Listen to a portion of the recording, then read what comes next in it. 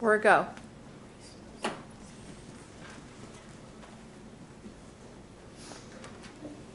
Call the meeting to order. I'd like to welcome everyone to the March 25th, 2025 Fort Clinton City Council regular scheduled meeting in the Linda Hartlock Chambers at Fort Clinton City Hall. Would you please stand for the pledge of allegiance and a moment of silent reflection for this protecting the spirit of our time. Oh, it's over here. It's over here. Yeah. Pledge allegiance to the flag of the United States of America and to the republic for which it stands, one nation, under God, indivisible, with liberty and justice for all.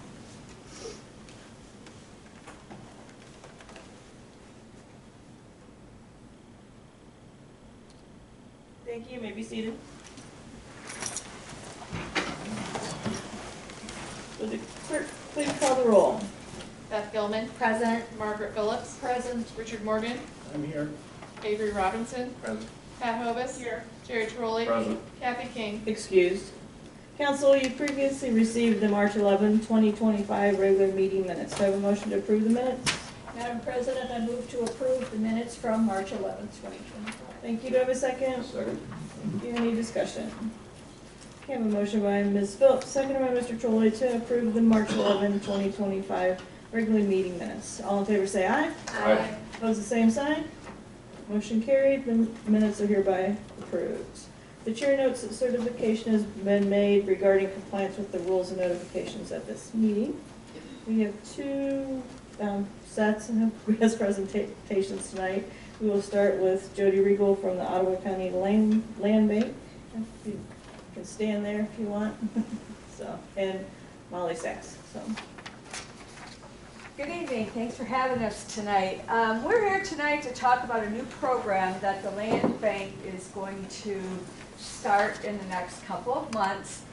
And we just wanted to tell you what that was all about.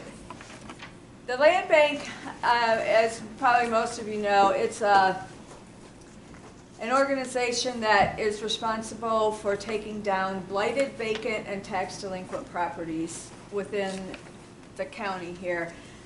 Unfortunately, and you might laugh at this, but we are starting to run out of those traditional land bank properties. We all know there's a lot of blighted properties in the county yet. We know there's a lot of vacant properties in the county. However, a lot of those properties are not tax delinquent. They may be owned by people that live out of state or live out of county. They may have inherited it. You know, so it might be mom's or dad's or grandma's property, and they pay the taxes for it. However, they're not here to see the condition that the property is in. Our goal with this program is to hopefully be able to acquire some of those properties.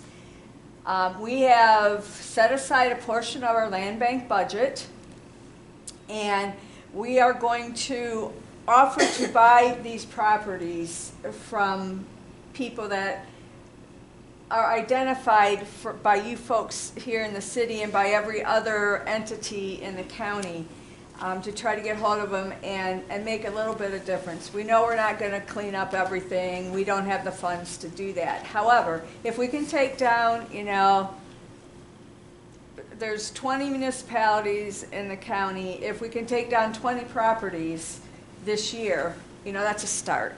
And our goal is to be able to continue this program, you know, as the years go by. And once again, it's going to be dependent on budget. What we have done is we have set a threshold of $20,000 that we will offer for property. That is the maximum. That does not mean that if you give us a property that we're going to pay that person $20,000. It's going to depend on, you know, obviously the condition, you know, location. There's be a lot of variables that we look at to determine what our, you know, asking or selling price would be. And then it's empty too. We're Yeah. hoping that there's no one living. Yeah, but yeah, obviously we don't want to put anybody out of their house. You know, it might look like a place we would not live, but that does not mean, you know, that still could be somebody's home. So our goal is not to displace anybody. And then once the land bank, would make that purchase, we would then take care of demoing the buildings that are on the property, greening up the space, and then the land bank would sell the property and then put that money back in our treasury so we can continue doing things throughout the county. So what we are asking of everyone is to give us two properties that you think might, fit the program for one thing, and maybe ones that you think are the worst eyesores in the city. And we're asking that you complete a form. It's a one-page form. That's asking for whoever fills it out, that name and contact information, and the property that you're requesting that we take a look at, and any owner contact information you may have, and any contact you may have had with that owner in the past, whether it's a zoning violation or you've had a nuisance complaint, whatever that is. If you've had contact with these people, we would like to know about that. That just gives us, a little bit of a heads up as to what has been done. And quite honestly, we want the entities to have a little bit of skin in the game. And your job would be to provide us those two properties, and then you're out of the picture. The land bank will take over, and we will do our thing and try to work with those people. Now, obviously, this is a program that we cannot force anyone to do. So if you give us a property owner and we talk to that person and they say, absolutely not, we want nothing to do with it, that's a done deal for that property. We don't, like I say, we don't have any legal authority to take it over just because you tell us it's a nuisance.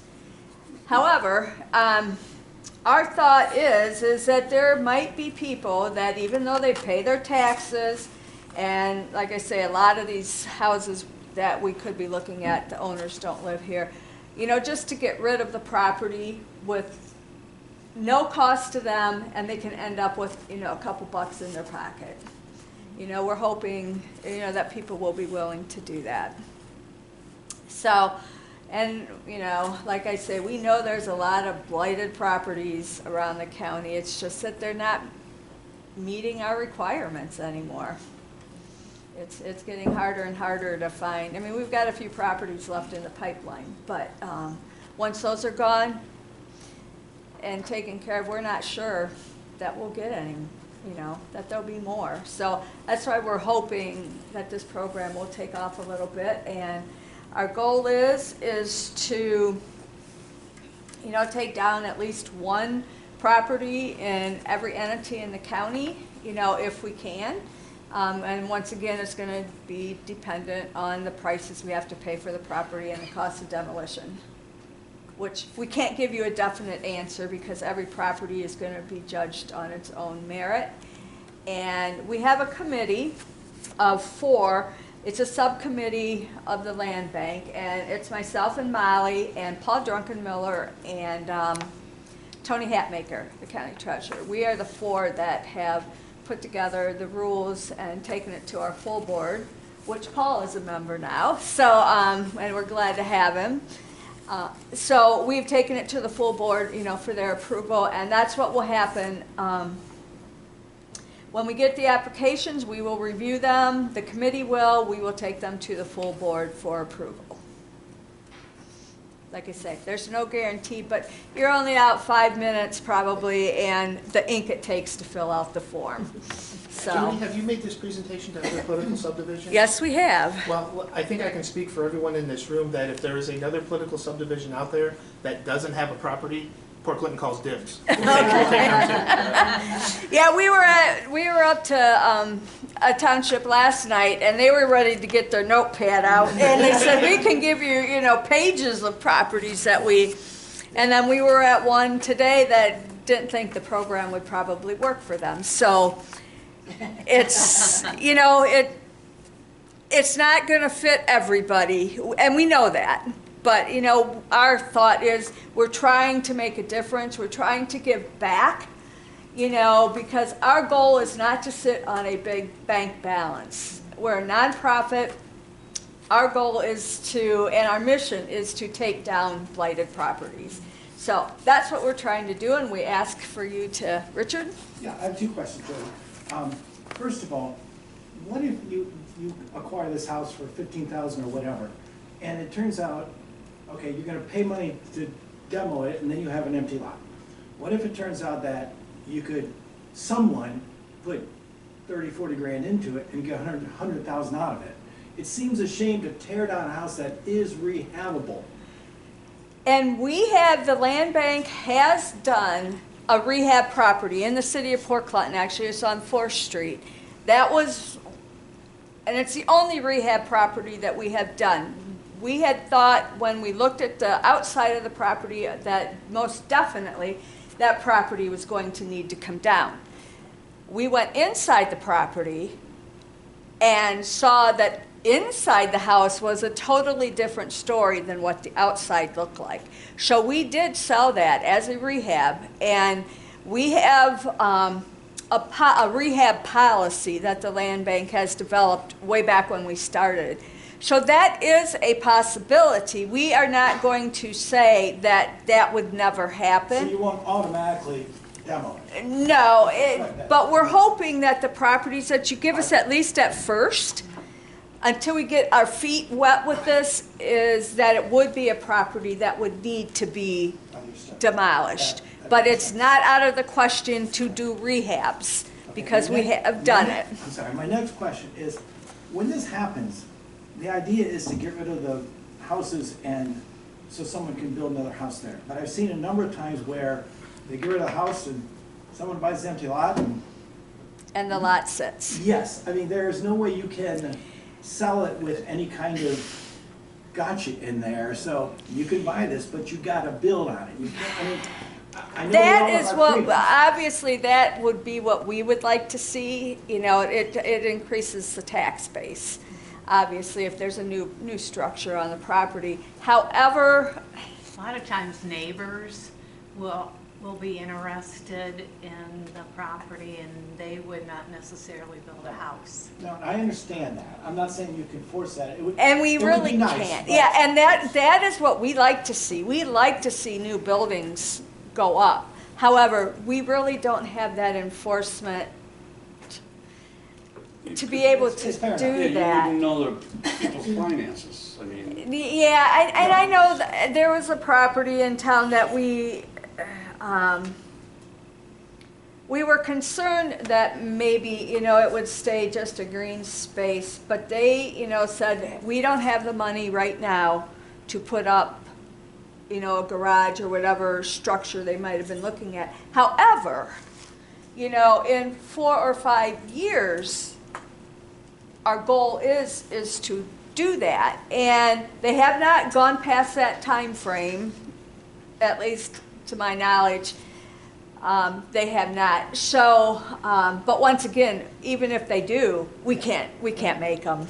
No, that's fair. I mean, two questions, you were cognizant of both issues and your hands are tied in each of them. I understand. Yeah, and but they're legitimate questions, because our goal is that, like I say, to hopefully somebody will put something up on those Yeah, not just tax structures. base, but another place to live in this town. Exactly. Right, yeah. So, you know, and once again, it depends on the buyers. And up west, there's a developer up there that is always looking for, if we have properties up there to sell, he's always looking to us to buy those properties, because he does want to develop and put an affordable house on the lot. And we have given some lots to Habitat for Humanity, and they have done, I think, maybe a couple houses here in Port Clinton. I know one for sure. They did one up in Elmore, for sure. And they're another one that looks,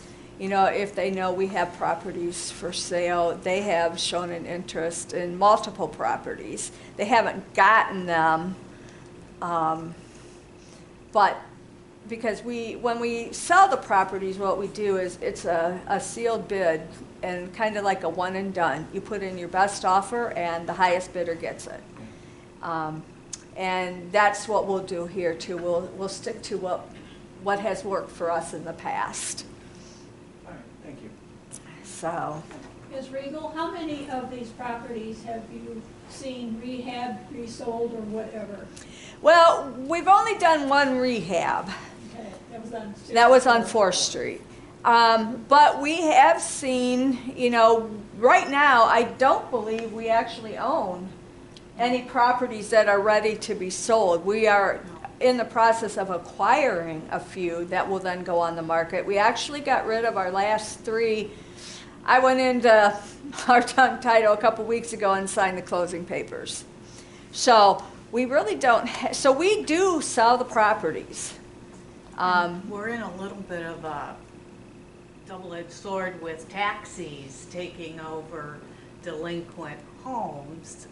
And so we're a little bit, our hands are tied with that because some of the time they are much blighted and need to be taken down. But if taxis have it, then we just have to take one thing at a time. Yeah, and Taxis is a company that the county treasurer works with to get rid of some of the delinquencies in the county. They sell those properties to taxis. So then yeah, that's another challenge for us because some that we know really should be taken down, we can't get ownership of. And we have to own, our main, one of our things is we want to own the property. It makes it cleaner for the land bank if we own it. And then plus then, like I say, if there's any profit to be made, we do get to recoup some of our money. And like I say, then we put it right back into the pot to do more demos. So it's a benefit for us to own the properties. And Mark Mesa is our administrator, so he works very close with Land Bank. Yeah. So if there's no more questions, we'll get out of your hair. But who should I give the forms to? Okay, and then, we just want you to mail them to the regional I'll planning. make sure everyone gets a copy in their email. Okay, and we'd like to have your applications turned in by May 1st if possible. And then we'll get started in June going through them and trying to come up with something, so. It's a new program, hopefully it's a win-win. Yeah, we don't know. I mean, it's kind of a shot in the dark right now, but we think it'll turn out good. We thank you both for coming. Thank you. You're welcome to stick around. You're welcome to stay, but if you'd like to go, we understand. She's heard me talk county. This is our 4th one in 2 days of doing this, so I think I'm going home. Officer Cochran, would you like the camera on you or on the presentation? Oh, the presentation. Yeah, please. There, Last one real quick. as presenter, the Port Clinton School Resource Officers, we have Patrolman Woods and Patrolman Cochran. Good evening, everyone. Yeah, I wanted to make sure you guys, if you wanted to see, you could move. I am Officer Kirk Cochran. I'm the school resource officer at the Port Clinton Middle School. This is my 3rd year there now. A little bit about me, I've been in law enforcement for 18, almost 19 years. This is my 7th year here at the city. The 12 previous years have been spent at the Ottawa County Sheriff's Office. Handsome fellow on the right is Officer Woods. He's here with me today. Officer Demore, her last day of vacation is today, so she's not back yet. Officer Woods is a SRO at the Port Clinton Baton Elementary. And we'll just dive right in. So, Mayor Snyder asked me to come do this presentation. We did it for the Kiwanis. This is just kind of explaining our job and the role that we fill. We are dedicated to ensuring the safety and security of students, staff at the school environment. We are sworn police officers assigned to Port Clinton City School District, each with our own specific schools. Port Clinton Middle School and Port Clinton High School, we do things very similarly. It's a little bit different as the kids get younger for Officer Woods, and he'll go over some of that today. Our specialized training equips us to respond to a variety of emergencies and potential threats within the school setting, both on and off school grounds. These include, but are not limited to, medical emergencies, active shooter situations, fights, and suspected child abuse. It's very pertinent that we are in the school. The relationships that we build with these kids, it opens up a line of communication that helps us battle those things. Safety and security. So our visible presence helps deter crime and provides a sense of security for the entire school community. Proactive security, we regularly check the building. That is a daily task of ours. On top of, there's meetings that we attend, and trainings that we do with the staff. Camera monitoring, we collaborate with the road patrol by monitoring camera systems, which can be crucial in nearby incidents. It's important to note that the cameras that I have in my school that I am viewing from my office, those are also being viewed by dispatch center up at the Portland Police Department. They have access to all 3 schools, so if we were to have an event and we were responding to it, they would still be able to give us advice and information and provide us information over the radio.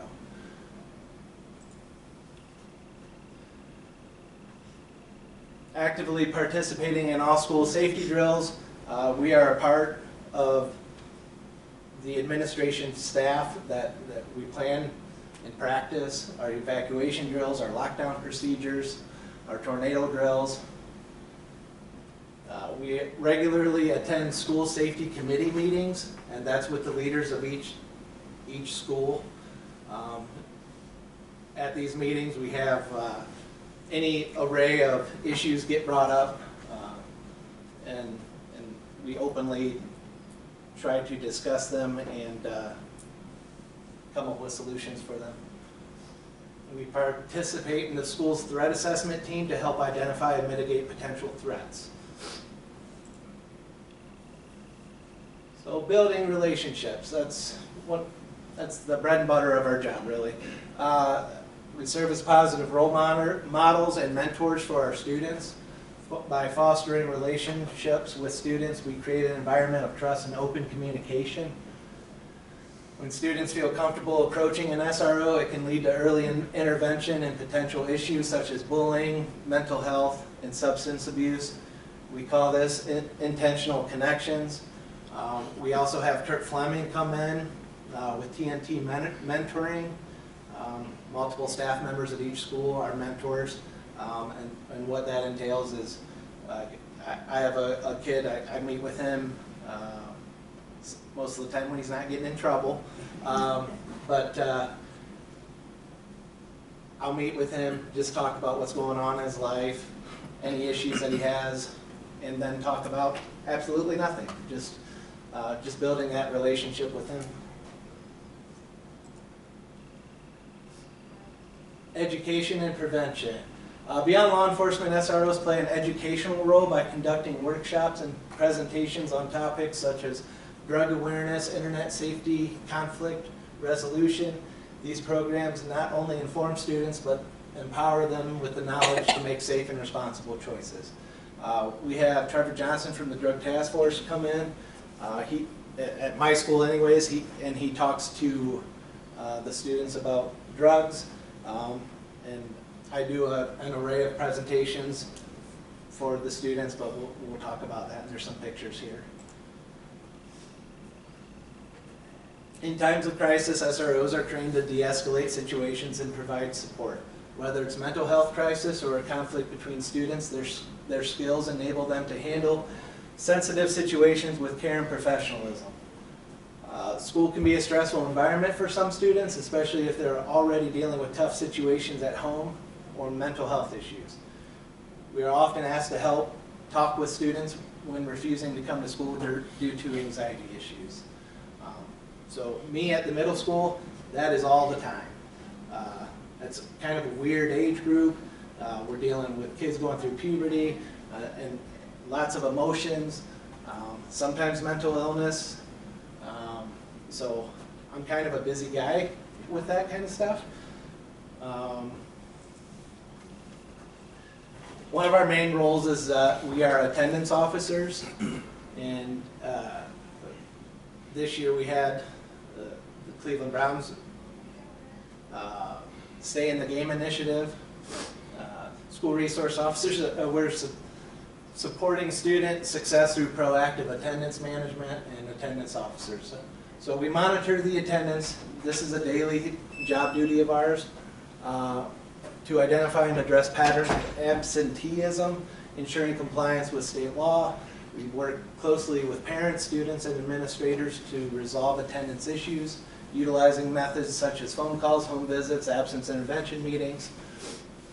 We develop and implement strategies to improve student attendance, ultimately contributing to better academic outcomes. So we have all kinds of incentive programs at my school. We just handed out a bunch of popsicles today. We're doing like a March Madness attendance, so whoever's Harbor class, which is their first class of the day, has 100% attendance for that. For this week, they got popsicles today at lunch.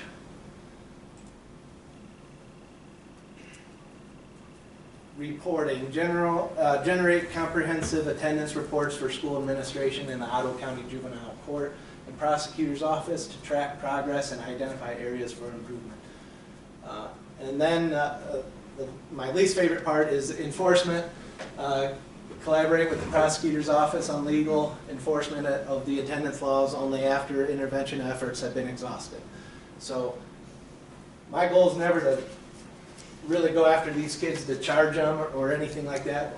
My goal is actually the opposite of that. I don't want to be up there at the prosecutor's office saying Lisa and signing charges. But unfortunately, sometimes that's not the case. Sometimes it's on the kids, and sometimes, most times, for my age group, it's on the parents. Family support. We partner with social workers and counselors to provide comprehensive resources and support to families facing challenges that impact student attendance. So, Ottawa County Family First Council, we work with them. We work with Grand Love. I work with the counselor almost daily about talking through situations for specific students. Yes, sir. What percentage of parents will support you? In regards of what? When your child's in trouble. Not my child, or I don't have time for it. It's pretty mixed. We have some parents that don't really respond to us reaching out to try to get them. We have parents that they didn't even know their kid wasn't coming. We have parents that continuously monitor through the school programs and progress book, keeping an eye on it. So, I mean, it's a pretty mixed bag, really. But usually the people that don't buy into it, if I can get them on the phone, we can get that turned around. Just through some conversation, open lines of communication.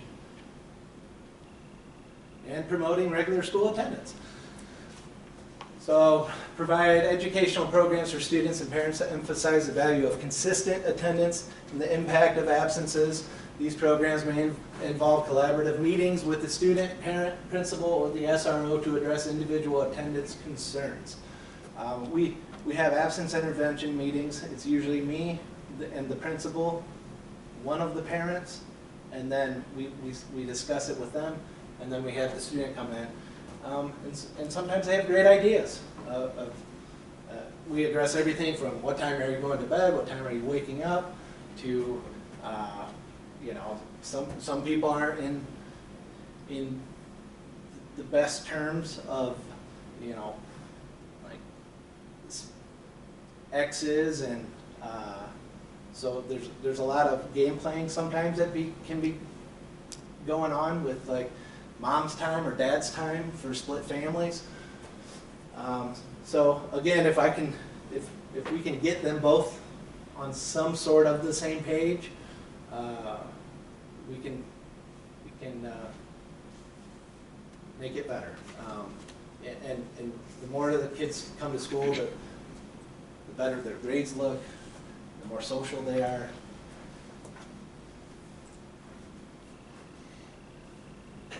Middle school and high school. So removing barriers, this is something I regularly do, facilitate transportation for students to ensure student access. There's a handful of kids that they know that they can just call, and I'm dropping what I'm doing and I'm coming to get them as long as it's nothing crazy. And the parents as well. Sometimes they just don't have the means, sometimes they have car issues, sometimes they don't have licenses, but the goal is to help their child, help the student. Promoting a healthy environment, addressing vaping incidents, and enforcing school policies. So new to my school as of last year was we put vape detectors in, and I think I collected over 50 vapes throughout the school year at the middle school age. This year we're down to 1, so and we're most of the way through school. So progress. Building strong relationships, as I mentioned, Kurt Fleming, TNT mentorship program.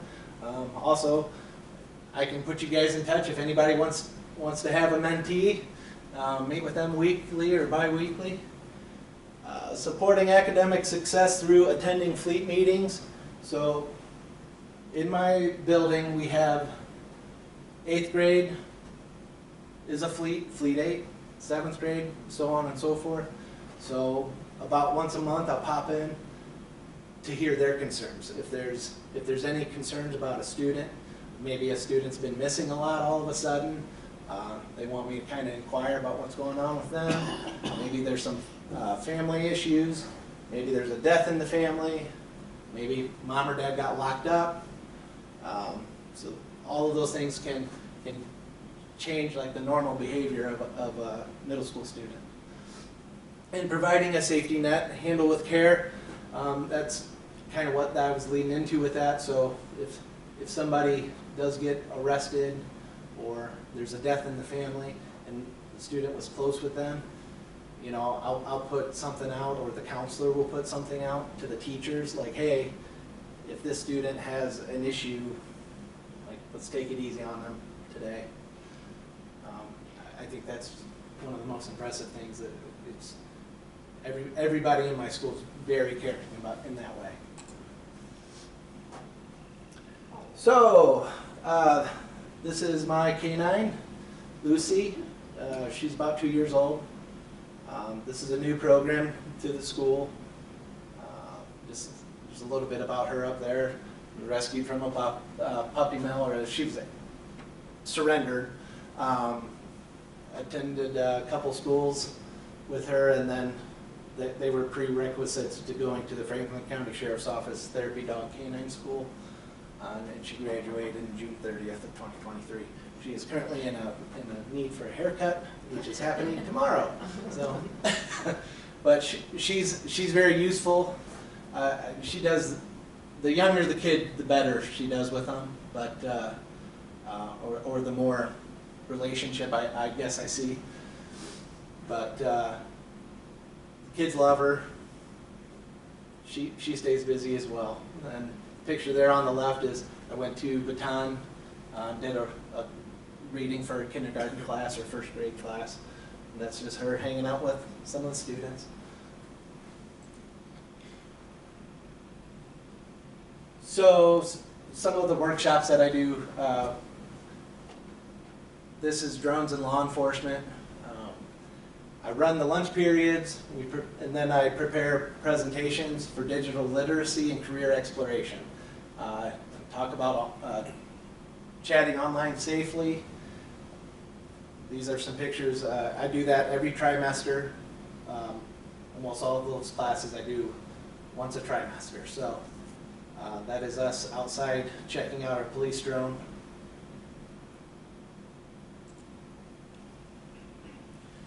Career exploration and fingerprinting. That's one of my favorite things to do with the kids, is the fingerprinting.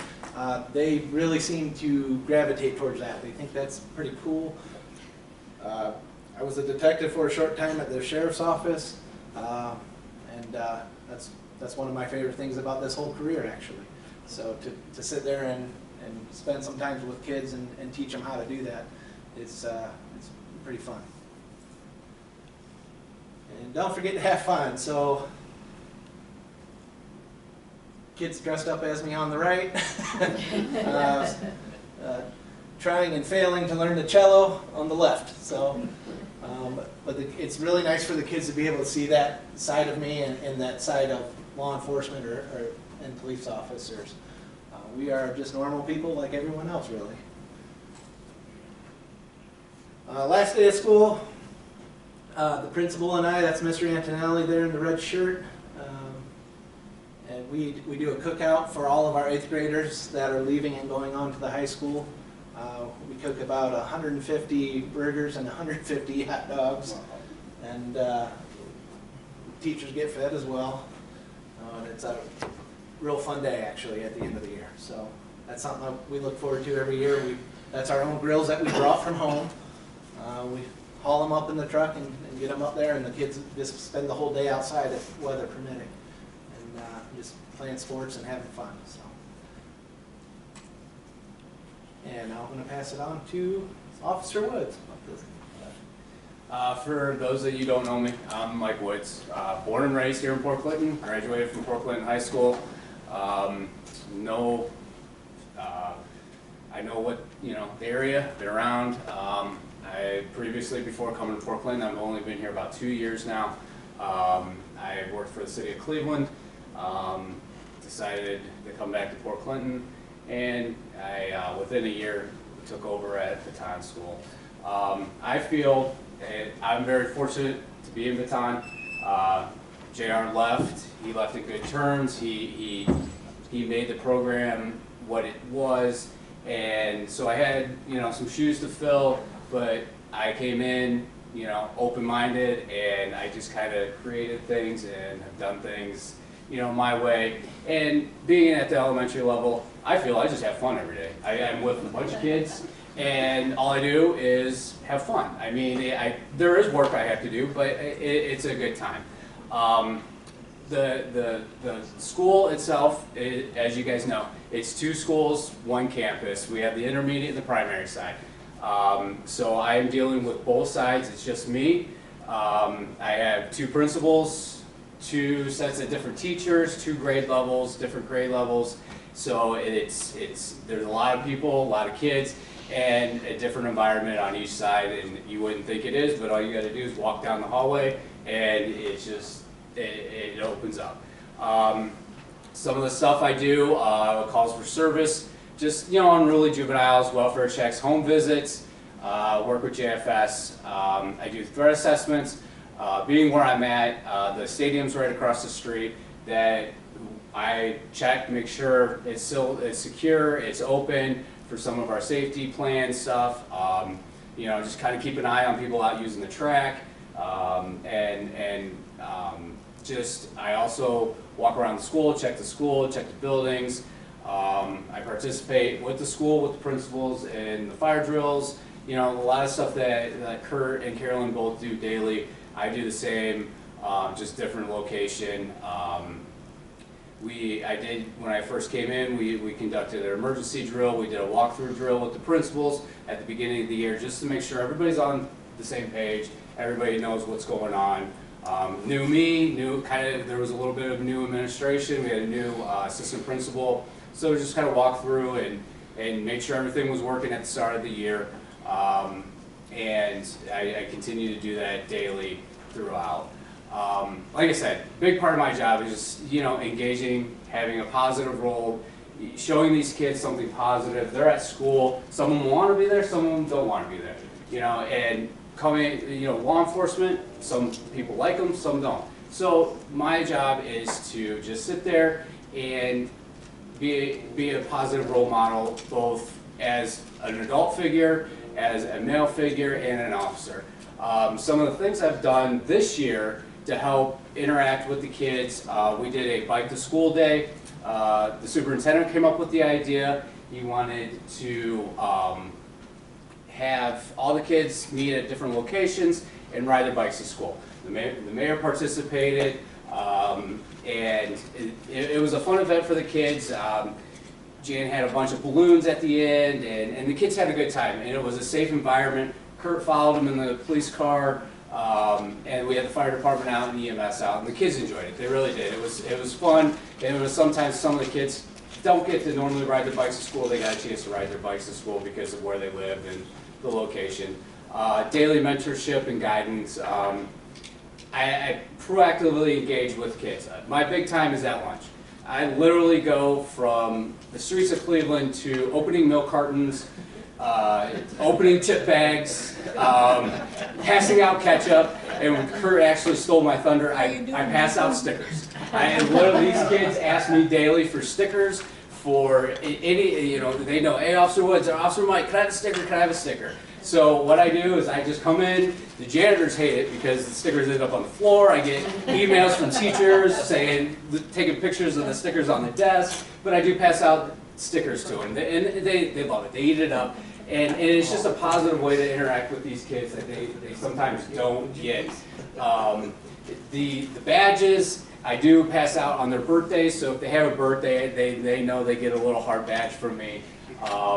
For their birthday, and that thing is cool. I'll put it on them so they get to wear their badge, and if one day I don't have my badge on, and if I'm just wearing my shirt underneath it, they're like, Officer Mike, where's your badge? Where's it at? So they keep an eye. They know everything I do. I go outside at recess. I'm playing kickball. I'm playing football. I have Foursquare, which that was new to me. I have to tell a story that we were outside recess one day, and these girls come up to me and they're like, "Hey, watch us!" And it was this green and pink and purple sidewalk chalk all over their hands. So they're showing me. They go over to the monkey bars and they're going across the monkey bars, and I'm like, "Why are you guys using chalk?" And they're like, "So we don't fall." So they're sitting there and they're taking sidewalk chalk, and by the time they get done, it's all over them. And they're using the sidewalk chalk so they don't fall off the monkey bars, because they compete on who can get across the fastest. But it's just, I'm just sitting there thinking, I'm like, man, these kids, they go home and their parents are like, what do you do today? The sidewalk chalk just exploded on them. Also this year, I got the kids involved with Red Ribbon Week. We signed, I had all the kids sign a petition to be drug-free. We hung it up on the walls in the school. I went into lunch one day, passed out a bunch of just say no to drugs stuff. We had anything, clappers, the teachers really love that one. Footballs, all this other stuff that I just passed out at lunch. So for Red Ribbon Week, I also brought our canine dog, Amy. And Amy and Aldo in, they did a presentation. The kids loved that. You could see they all got after she got done doing her presentation, they all lined up outside and all walked around, and every kid, preschool up to 5th grade, all got to pet Aldo. And the dog loved it, Amy loved it, the kids loved it. So that's just some of the stuff that I'm doing different this year that hasn't been done, and just kind of interacting with the kids. The bottom picture is me with the kids. I do an incentive for attendance, and I know one parent knows about this already. This year, I kind of piggybacked off of what JR did previous years, and also the incentive that, because they were doing the Browns stay in the game thing. So this year I came up with the idea of whoever had perfect attendance last year, never missed one day of school, they got a chance to ride in the parade at Friday night. So what I did was, they come to my office, we made some banners, we hung them on the police car, and then we led the band down 6th Street to the football game on Friday night. I bought some glow sticks, the kids loved it, they threw glow sticks out, they got to be center of attention, and the lights were going, and so it was something different to get these kids engaged and get them coming to school, and just something different to see. I also do a perfect attendance award every trimester. We just finished one. The FOP helps me out with this. What I do is, at the beginning of the year, there's a lot of students, and at the end it tapers off. So what we'll do is I'll recognize every kid that had perfect attendance for that trimester. I'll take all those kids, put them in a drawing, and each grade level, 2 kids in each grade level either get to have lunch with me or we'll get a McDonald's gift card for $10. So I'll ask them and I'll either bring them lunch that day or they'll get a gift card. So it's a little incentive just to kind of piggyback off of what the school's doing and just kind of interacting with the kids. Next year I'll come up with something different, but I will keep the parade going because they seem to like that, and you know, it's fun doing that kind of stuff, so I don't mind that at all. Another part that I do at Baton, some of you might see me, I'm the guy standing drinking coffee in the morning or in the afternoon standing out. I do safety patrol. So what we do is we have a bunch of 5th grade volunteer students that sign up to do safety patrol. They come to my office in the morning, they come to my office in the afternoon, they make it home, they throw everything on the floor, and we go out and they'll help with the crossing guards, like crossing guards. So they'll help the kids before and after school, rain and cold weather, they're out there. They volunteer to do this. At the end of the year, JR always took them someplace, so I'm like, well, I got to continue that. So this year, I did something a little bit different. I added a little tweak. The kids decorated, well, they came up with a shirt. So they designed the safety patrol shirt. I had it made, and I gave a t-shirt to all the kids. It was so what I did is I ended up having like 6 kids create designs, turn them into me. So I took each design, something from each kid, and put it on a shirt. So they got this shirt, which they all love. And then this year, at the end of the year, I'm going to take them to Sky Zone. So we're going to go take a day and go to Sky Zone, just as a thank you to them, to volunteering their time. They don't have to do it; they choose to do it. I also, at the beginning of the year, I had a group of kids. They wanted to make a safety video for kids crossing and for the other people helping out with safety patrol. I have it on here. If you don't mind, I'll play it and let you kind of show you guys what these kids did and took the time to do. I don't know if the volume's going to play. Oh, we have to get the volume. That's the best part. Is it? It's all the way up.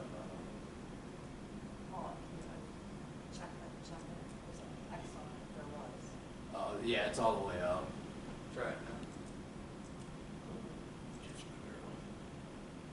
Yeah, now. I don't think it's hooked up to the speaker. okay.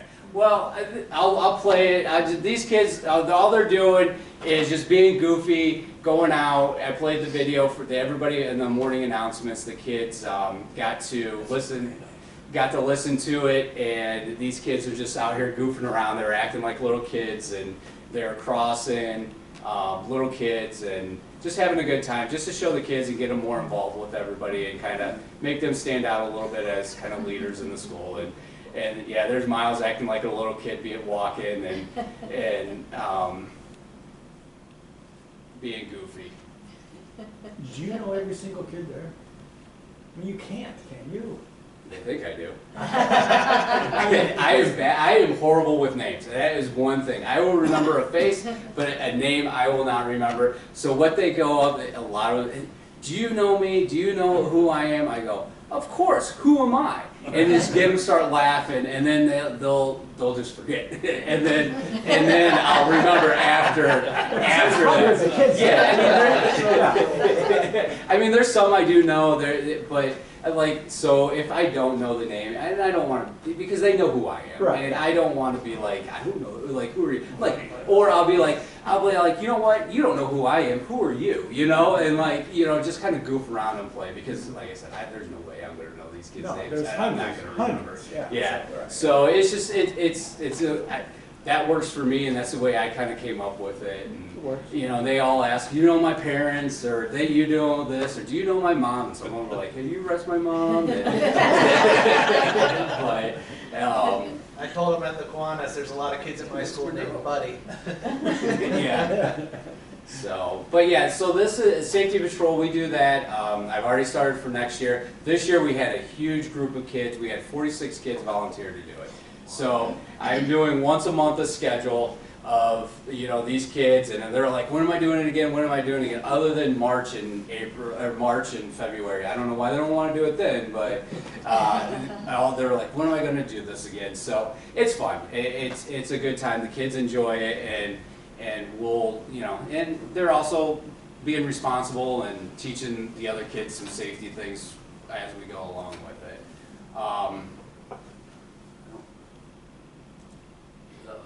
So, but yeah, and not to reiterate what Kurt said, you know, our jobs are similar, and one thing that's unique about us and that sticks us out from a different school is our school supports us.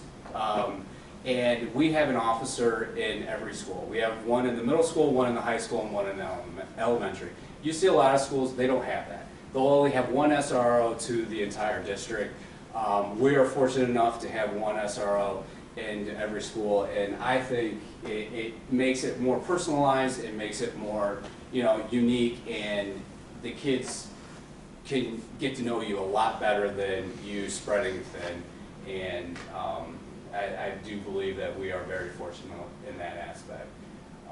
And without, you know, like it says up here, without, you know, parents, the schools, the families, and everybody, you know, everybody's supportive. Everybody's supportive of us and what we're doing. And I think that with, you know, with what we do and how we mentor these kids and how we interact with these kids, they see a whole different aspect of whether it's law enforcement, whether it's a male figure or anything, they see that. And I mean, we had the parents, I'll tell you a story. I had a kid that wasn't at school. I showed up to the house, knocked on the door. The dad came to the door. I'm like, hey, why isn't so-and-so at school? Dad was like, because. And I'm like, well, why? It was an attendance issue. And the dad's like, well, I just didn't bring her. I'm like, well, where's she at? Let's go. You know, I'll take her back to school. And Dad just slammed the door in my face. I'm like, okay. I'm like, what am I going to do at that point? But then 45 minutes later, he shows up in my office and apologizes for the way he acted. And there was some other underlying issues. So the respect level from the families, you know, yeah, they're mad. You know, who wants cops at their door, you know, or some kind of event in their life happened the night before, and they're mad, they understand, but I think we've made it to where we are approachable, and I mean, the guy came and apologized for slamming the door in my face, and let me tell you, that don't happen a lot. So I think it's just kind of like the rapport we build with the families and the students itself, so I think that's Thank you. probably it. We won't take up any more time. If anybody got any questions for us or anything? You know, you're of that age where, you know, 10 years either side of you when we went through the school, Officer Ralph. Everybody in town knows Officer Ralph, you know. And I asked this question to Kiwanis as well, but do you follow, you know, you kind of set the base work for school resource officers, and obviously his job is a lot different than your job today. It's just a different age. But did that have anything to do with you going into the school resource officer side, or do you think back to Officer Ralph and your interactions when you were in the 5th grade? And yeah, I did. I mean, and that's the thing is we all saw him, and being in law enforcement, and I had no clue. I mean, I've never been a resource officer. I've been a SWAT team member. I've done detective work. I've done a lot, but being a school resource officer, I'm like, how am I going to do this? Like, it's not like. So I did look back and like how Ralph interacted with me, with everybody, and how he was respected by everybody. So I kind of took that and wanted to take that foundation and build what he did. So yeah, I mean, it's noticeable, and what he did was noticeable, and I mean, I can say I can kind of took a little bit from him, so. And now I also want to know where the popsicles are, Kurt. Gone, we passed them out. Well, thank you both Thank for you. coming. Thank you. Yes, does. Thank you for what you do. Thank you. Yeah. You are more than welcome Yeah. to stay, but if you'd like to leave, we understand. All right. Off the way go. All right, thank you. You said it. Thank you. Thanks again, guys. Thank you. So long. Okay. Well, think we have any public comment. No, ma'am. Okay, move on to executive officers' reports. This evening, council, there are 3 new ordinances, 12-25, which can go to the full 3 readings, 13-25 and 14-25 are both time sensitive, and administration have asked that they be passed on their first reading if council so chooses. And I think Mr. Belo, during his time, which is going to be next, will talk about 14-25. Also, if you're interested in volunteering to help with the Easter egg hunt on on April 12th, rain date of April 19th, you can contact Mrs. Ostheimer. And for council, government day will be May 13th, and if you would like to help with that in some manner, contact Mrs. Ostheimer. And that is all I have, and we will get to Mr. Belo, auditor. Thank you, Madam President and Mr. Mayor. Thanks for letting me go first. And I have to catch a flight for work, so I'm forced to be pretty lucky for you all. Unfortunately, maybe lucky for me. Ordinance 14 is the full year budget for 2025. The general fund, it operates on the estimate of revenue equal to $3.25 million in income tax funding general fund operations. Within that, the Department of Police will be able to fund 2 new police cruisers with equipment on the police chief's schedule. It also allowed for the expenditure of $480,000, that includes some cost share from grants that the city received. Cash out the door of approximately $300,000 to construct the splash pad that council resoundingly endorsed at the end of last year to construct for this year. It also includes over $1 million to continue the road repaving project that started last year. It also fully funds, of course, salaries and wages for all departments. We will need to reevaluate mid-year and look at the revenue that has come in. I have no concerns about the income tax side of the house. Fire department and some of the others, including water and street, are questionable. So all the department heads and Mr. Colson are aware that we'll revisit that later mid-year, hopefully. So please pass ordinance 1425 tonight without change. I'll also speak briefly about ordinance 13. This is for also time sensitive, and there's a request to pass this evening. The city just sold the short-term notes, the bond anticipation note ordinance the council approved, I believe, 1 or 2 council meetings ago, to the tune of $3.5 million to pay for the city's cost share of the Lakeshore Drive revetment project, Reserve Road, and the sewer line along there. There's an invoice of approximately $2.9 million that ODOT has issued the city, and we have to pay that April 1st. So everything is in the works to make sure that happens. Ordinance 13 pertains to that final agreement. Happy to answer any questions about that.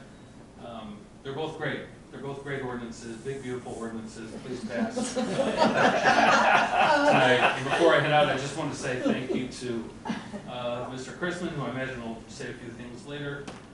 He stood up a lot of great projects, and I'm sure a lot of them will continue after he leaves. And faced headwinds, no doubt. New things tend to do that. But I think when it comes to property maintenance, things on the land make board, trying to make the community a better place physically and I guess socially to work better, I think it's been great. Thank you, Paul. And that's it. Any questions on the ordinances, business before council tonight? Otherwise, I gotta bounce. Thank you, Mr. Beal. Have a safe trip. Okay. Move on to the mayor's report. Thank you, Madam President. Safe travels, Gabe. Today, March 25th, how many of you knew that it was Medal of Honor Day? Earlier today, yeah, Mr. Chrisman did. Earlier today, I had the opportunity to attend a ceremony. There is one Medal of Honor recipient from Ottawa County. He's laid to rest at Lakeview Cemetery. Lewis Shepard was a Navy veteran of the Civil War, given the Medal of Honor. Mr. Chrisman was also in attendance for that particular event. Just as a side note, I have my alarm set for 8 p.m. And if we are still here at 8 p.m., I would ask for everyone to stand for a moment of silence, just simply because tonight in Arlington, Texas, at 8 p.m., the Medal of Honor Museum is going to be dedicated. There are over 40 million men and women who have served in our military service over the years of our country. 3,465 Medal of Honor recipients, 19 received the award multiple times. So again, around the country, in honor of the opening of the museum, they're asking for a moment of silence. So if we're here, my alarm goes off, I would ask for your indulgence and moment of silence. If you're at home, look at the clock, 8 o'clock, just keep that in your mind. While I was in attendance, if you attending the ceremony today wanted me to remind you, council, that historically $500 has been dedicated to the Memorial Day festivities, so I'd ask that Ms. Shanker create a resolution that you consider before Memorial Day. But they also want me to point out that the 29th, is Vietnam Veterans Day throughout the United States. Little update on the 4th of July festivities. Obviously, the Bucks for Burgers is still going on. The 4th, 14th, and 24th of April, May, and June at both a la carte establishments, McCarthy's and the Brick House. If you purchase a hamburger, $1 will be donated to the fireworks cause. Just so happened yesterday, I ate 2 hamburgers. One for lunch, one for dinner. On that same note, again, we've got the veterans, the 4th of July, the burgers, the Eagles Lodge. If there's any Eagles members in attendance, or if you see an Eagles member out and about, they dropped off a check for $10,000 for the fireworks the other day. So thank you very much to the men and women of the Eagles Lodge here in Port Clinton. It's already been mentioned about the Easter egg hunt on April 12th at 10 a.m. The folks in the service department just want me to congratulate the community and thank them for their participation in the cemetery cleanup. All of the personal items were removed in a timely fashion. It made their job much, much easier. Again, the citywide cleanup will be April 26th, Saturday, April 26th, right here in the City Hall parking lot from 8 a.m. until 3 p.m. Contact City Hall for a list of prohibited items. Moving on to activities later in the summer, PC Day at Fifth Third Field is scheduled for Saturday, April 17th. Tickets are available by calling. That's what I said, August. Yeah, thank you. August 17th. Tickets are available by calling 419-725-HENS, 725-HENS. Likewise, if you want to hold off and test your luck, thanks to Lee Vivod at Huntington Bank, the Chamber of Commerce will be raffling off 4 tickets to the Huntington Bank Suite for that particular day. Those tickets will go on sale on or about the 1st of April. Again, a reminder to the community that for the past 2 months, your utility bills have been estimated. There was an actual reading that took place last week, so that if you see a strange swing in your water sewer bill, give City Hall a call and they'll come out and do what they need to do to possibly make that adjustment. I want to extend a thank you to Mr. Trolley. Last week, there was a last-minute change in my daytime work schedule. I was not able to attend the Ottawa County Health Department annual meeting, put out an APB through text message. Mr. Trolley graciously volunteered, and tonight in the correspondence, you will see the annual report from that event. I mentioned at the last City Council meeting that there was a chili kickoff that I was participating in this past weekend. The first year I won it, the second year I was in Asia, the third year I won it, the fourth year didn't even make the top 3. So there you go. It was fun anyways. April 11th and 12th, there's a fishing tournament coming to town. The Master Walleye Circuit is coming to town again April 11th and 12th. Look for more details on how you can participate in that fun event. Probably won't be as big as the 200 and some competitors that we had last year, but it'll be in the neighborhood of that number I'm hearing. There's a ribbon cutting the community is welcome to attend this Friday at 3 p.m. at the Habitat for Humanity Restore. That's the new building that went up right next to Little Bassett's at Maple and Perry Street. Again, that'll be this Friday at 3 p.m. Obviously, we all made it here on time, so we all decided to put our clocks forward. Hopefully, you also changed your battery in your smoke alarm and your carbon monoxide detector. As we move forward through spring, as you do some spring cleaning, if you have any unused and old bath towels that you don't want, the fire department would love to take those. What they do on the hot days of summer, they dip those old towels in a bucket of ice water and throw them over the firefighters' heads as they come out of a very, very hot structure fire. Doesn't matter the condition, they'll take whatever you have.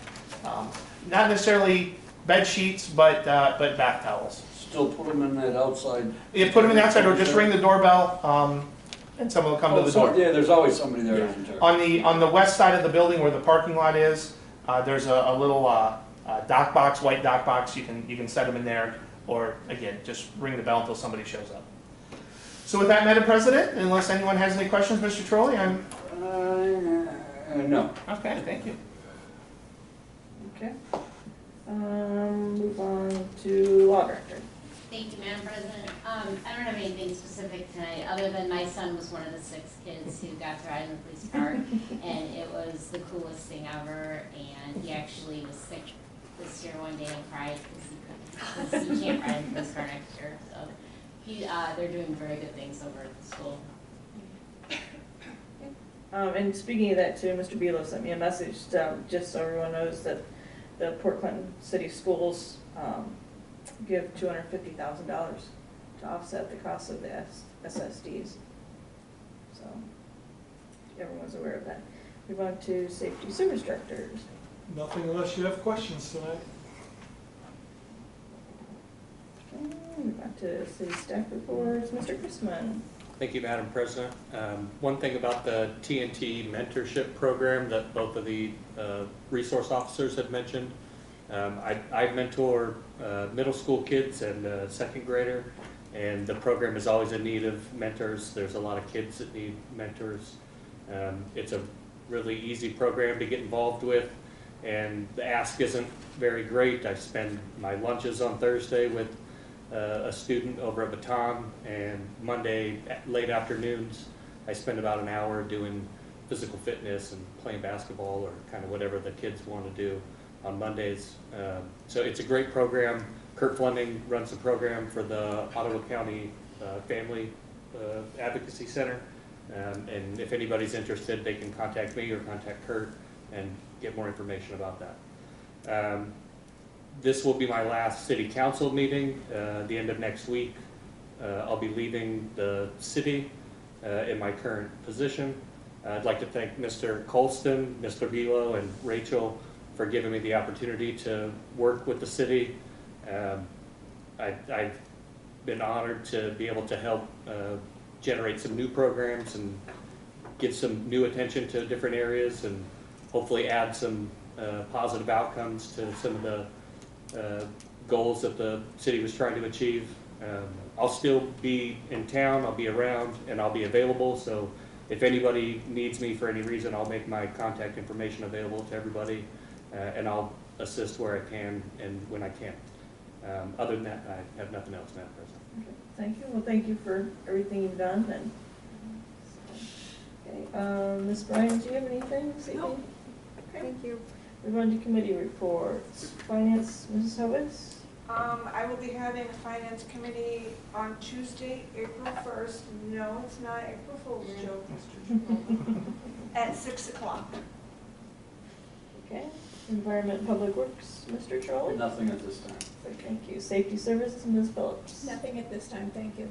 Economic and Community Development, Ms. Nothing Whitman. tonight, Madam President. Thank you. We'll move on to correspondence. On correspondence, we have the amended official certificate of estimated resources provided by Ms. Gabe Belo, Ohio Department of Commerce objection to renewal of retail liquor permit, 2024 annual report, Ottawa County Health Department.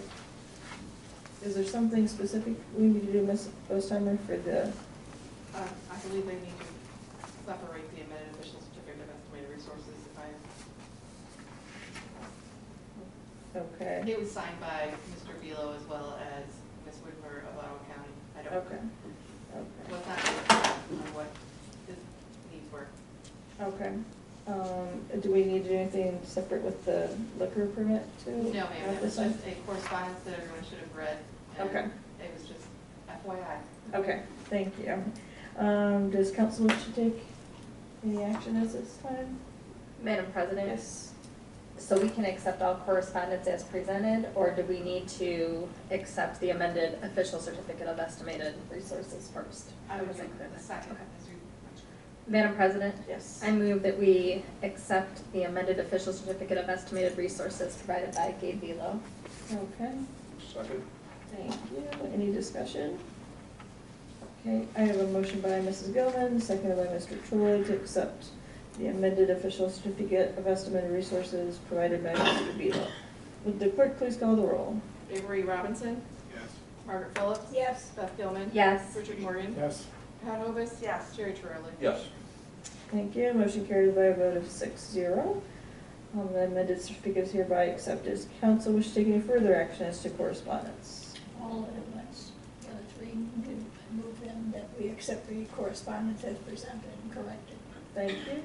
Do I have a second? Second. Thank you, Mr. Trolley. Any discussion? We have a motion by Ms. Phillips, seconded by Mr. Trolley to accept the correspondence as stated. All in favor say aye. Aye. Opposed, the same sign. Motion carries and the correspondence is hereby accepted. We will move on to readings of ordinances and resolutions. We have nothing under third reading and nothing under second reading. Under first reading, would the clerk please read by title and summary only ordinance 12-25? Ordinance number 12-25, an ordinance to approve January 2025 replacement pages to the Port Clinton codified ordinances and declaring an emergency. Thank you. Does council wish to take any action as to ordinance 12-25? Seeing none, ordinance 12-25 will be moved to its second reading at the next regularly scheduled council meeting on April 8th, 2025. Would the clerk please read by title and summary only ordinance 13-25? Ordinance number 13-25, final ordinance enacted by the city of Port Clinton, Ohio, to participate with the Ohio Department of Transportation, ODOT, for the shoreline revetment restoration along State Route 163 West Lakeshore per the terms, conditions, and requirements as defined herein, and declaring an emergency. Thank you. Does council wish to take any action as to ordinance 13-25? Madam President, Mr. Trolley. I'd like to make a motion to waive the 3 required readings of ordinance 13-25. Thank you. Do I have a second? I'll second. Thank you, Mrs. Hovis. Any discussion? Okay, I have a motion by Mr. Trolley, second by Mrs. Hovis, to waive the 3 required readings as to ordinance 13-25. Would the clerk please call the roll? Pat Hovis. Yes. Jerry Torelli. Yes. Beth Gilman. Yes. Margaret Phillips. Yes. Avery Robinson. Yes. Richard Morgan. Yes. Thank you. Motion carries by a vote of 6-0. Does council wish to take any further action as to ordinance 13-25? Madam President, Mr. Trolley. make a motion to retain the emergency clause in ordinance 13-25. Thank you. Do I have a second? I'll second. Thank you, Mrs. Hovis. Any discussion? I have a motion by Mr. Trolley, seconded by Mrs. Hovis, to retain the emergency clause as to ordinance 13-25. Would the clerk please call the roll? Richard Morgan. Yes. Margaret Phillips. Yes. Beth Gilman. Yes. Pat Hovis. Yes. Jerry Torelli. Yes. Avery Robinson. Yes. Thank you. Motion carries by a vote of 6-0. Does council wish to take any further action as to ordinance 13-25? Madam President, Mr. Trolley. make a motion that we adopt ordinance 13-25. Thank you. Do I have a second? I'll second. Thank you, Mrs. Hovis. Any discussion? I have a motion by Mr. Trolley, second by Mrs. Hovis, to adopt ordinance 13-25. Would the clerk please call the roll?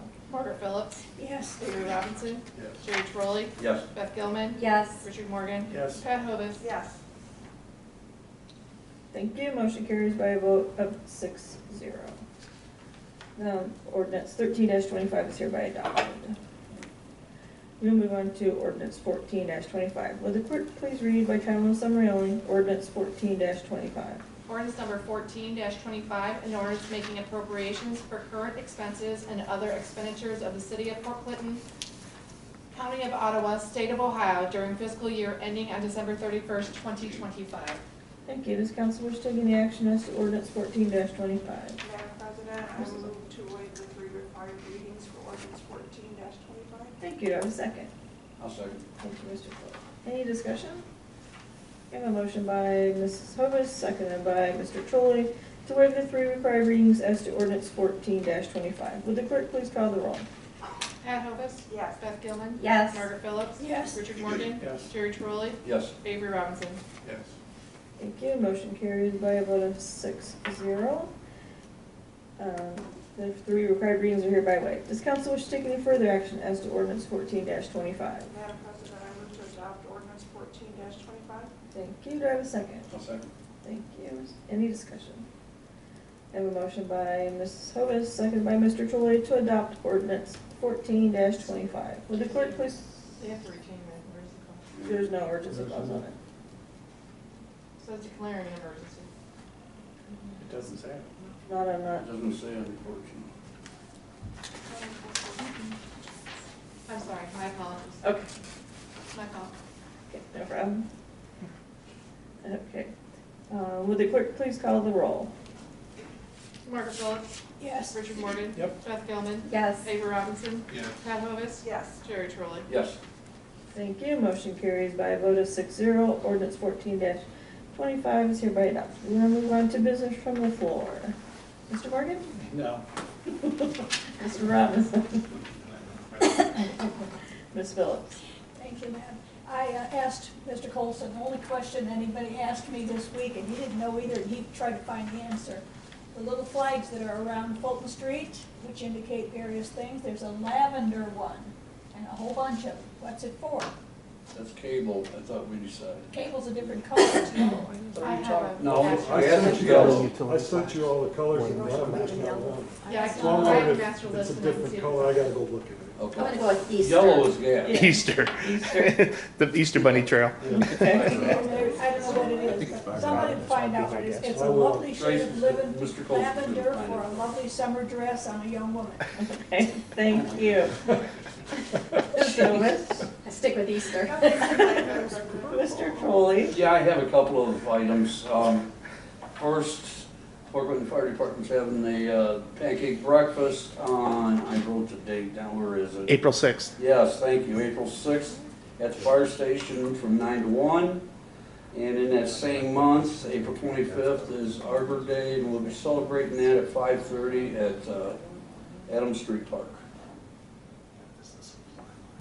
And that is all. Thank you.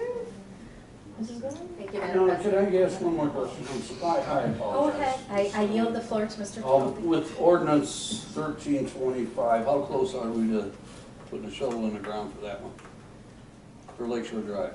Do we have a estimate? Bids are due by April 24th. Okay, thank you. That's all. I'm sorry. Are you sure? You're good. Yes, I'm sure. Okay. Ms. Gill? Madam President. I just want to thank Mr. Crispin for all that he's done for the city, the resource that you've been, if you had questions or concerns. I'm sorry to see you go, but I wish you the best. Thank you for the time that you spent with us. Thank you. And it was great to have the Port Clinton Police Department here. I know what a great job they do in the schools. A lot of communities don't have that as a resource, and they're just fantastic. So, and to see the fire department here before the meeting. It's good to see those community organizations here. Nothing else, Madam President? And my granddaughter was in that video. Yes, that was the star. We can stick around another 40 minutes if you'd like.